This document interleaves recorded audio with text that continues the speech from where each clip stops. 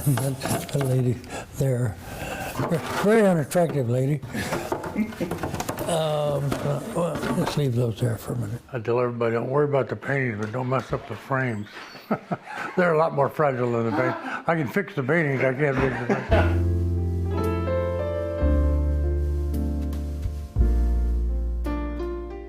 Well, I grew up in a really small town in Texas, and my first experience with art, I mean, I drew pictures constantly without any direction.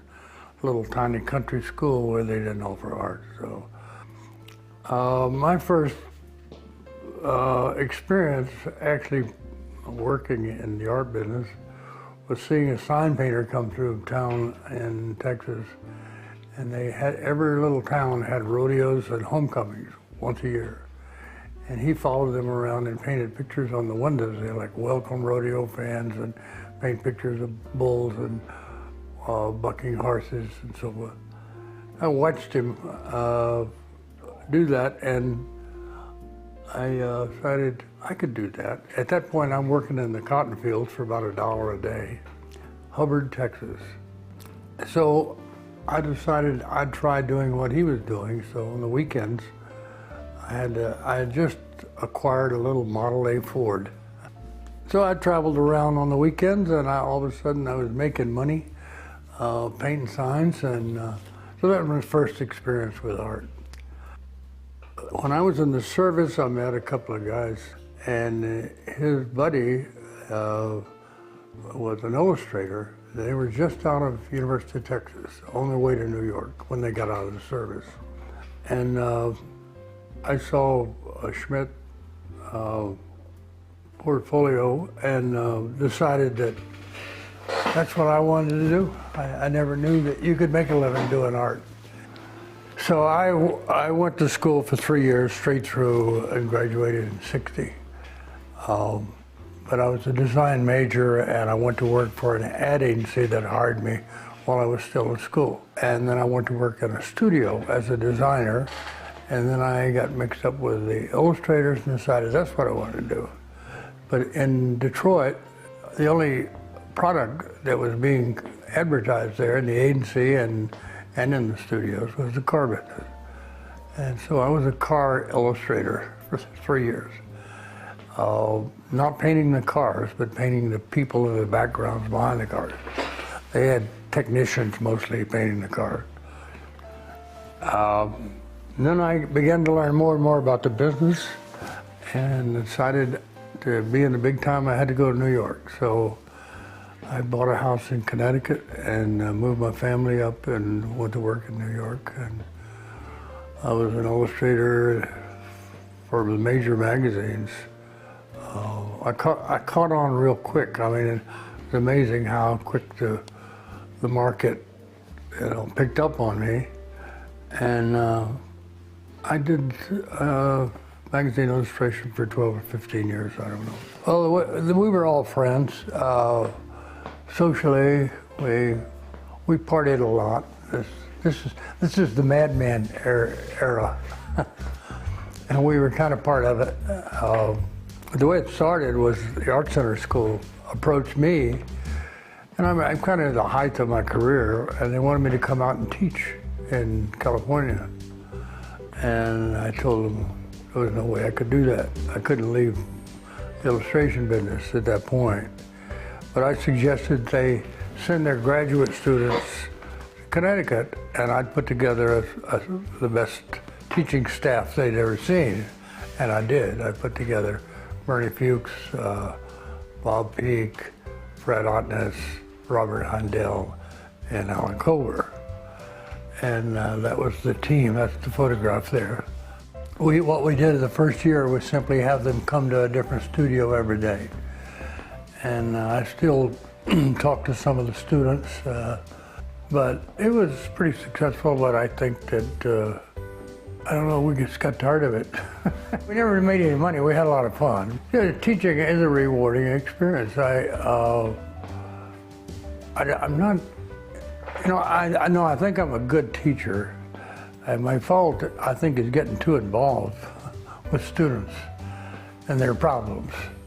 And I guess that's the part I didn't like, but it was my own fault, sort of. Right?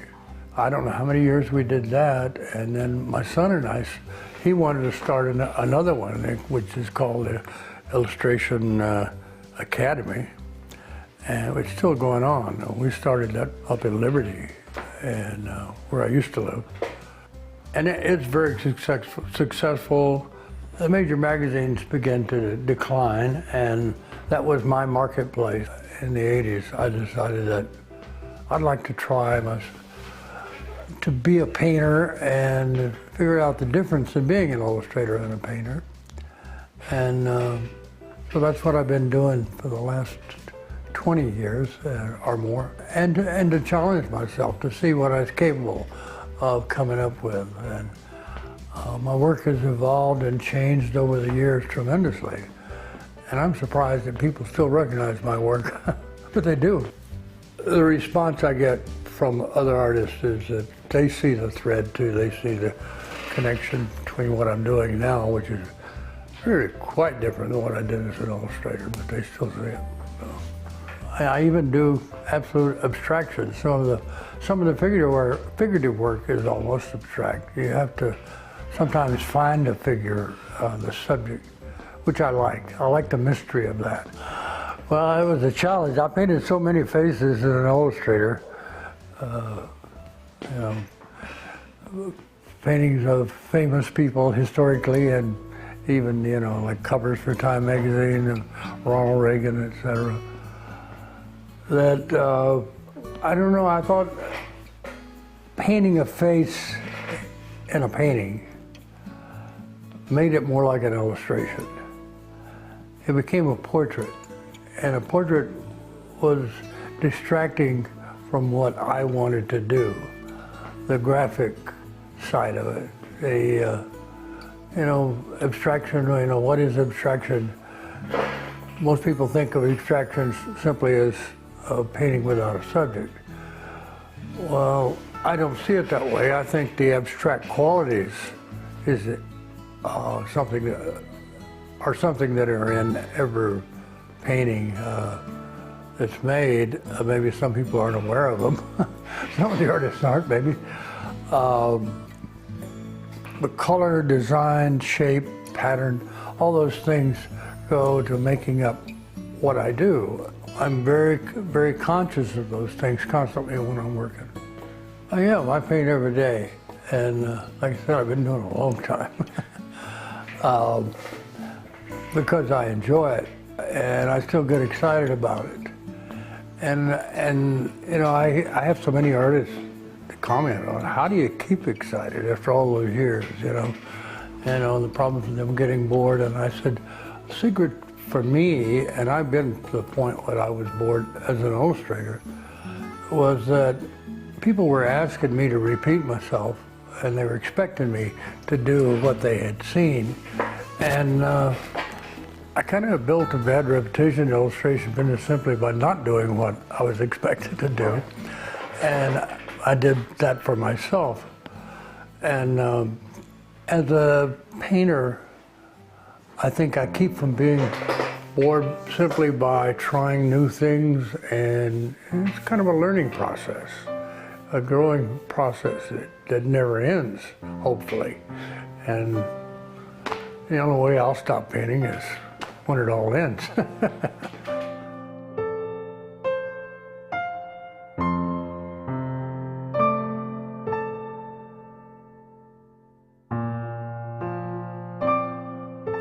As a painter, I miss that in a way. I mean, I still have, you know, fans. I have a show. I mean, a lot of people show up, and I get a lot of comments and so forth. But back in New York as an illustrator, it was fun kind of being a hero of the illustration business, so to speak, and getting the awards, etc.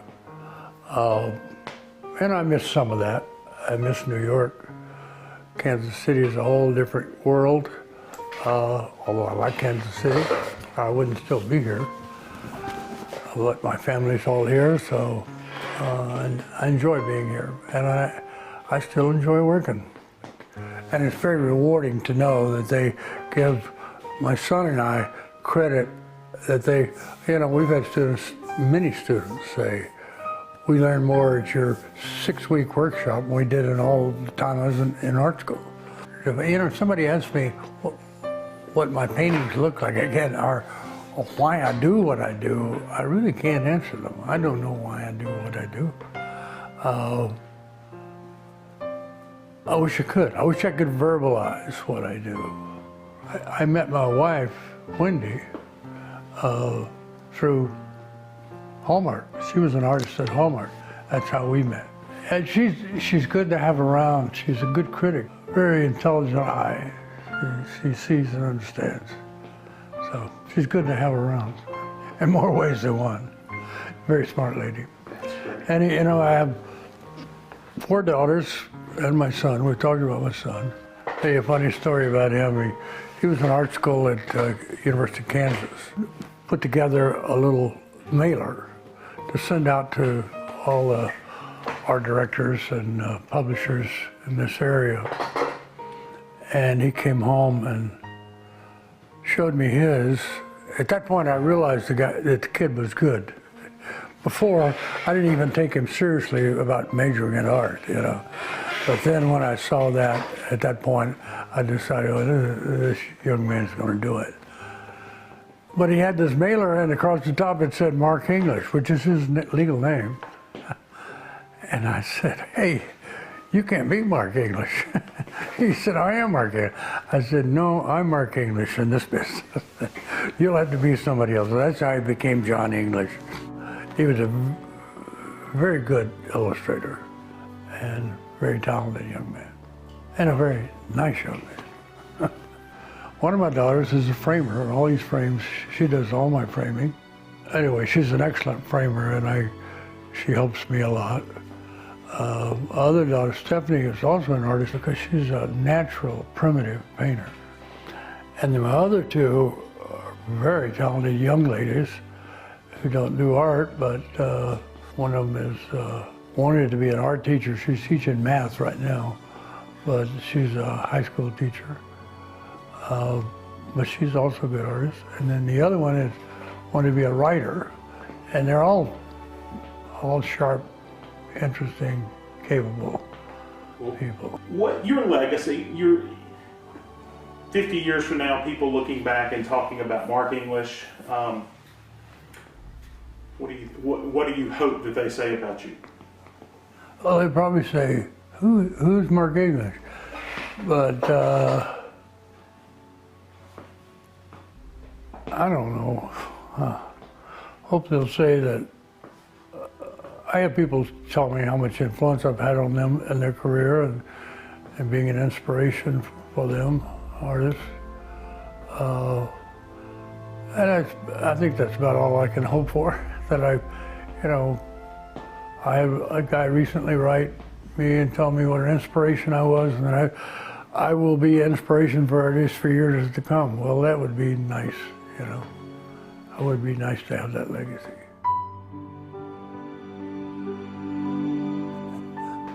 Yeah, come on, Dudley. Come on, buddy. Let's go to the studio.